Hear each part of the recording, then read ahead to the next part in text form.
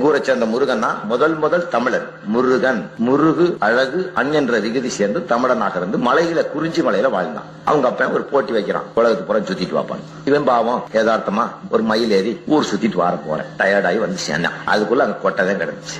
கொட்டை கிடக்குது, நம்ம வந்துட்டு இருக்கிறோம், ஊர் சுத்திட்டு இருக்கான், நம்ம கூட எவனும் ஓடியாருல, இது மாதிரி கிடக்குது. உங்க அப்பனை பார்த்து மாதிரி ஈஸ்வரா என்ன பாச்சு கண்ணி, அது ஒன்னே திண்டு கொட்டை ஓட்டான். எப்படி கொடுத்த நீ? அவன் எதுல சுத்தி இருப்பான்? அவனுக்கு வாகனமே இல்லையே, எளிதான வாகனம், ஏறி உட்காந்து மீஞ்சு போ.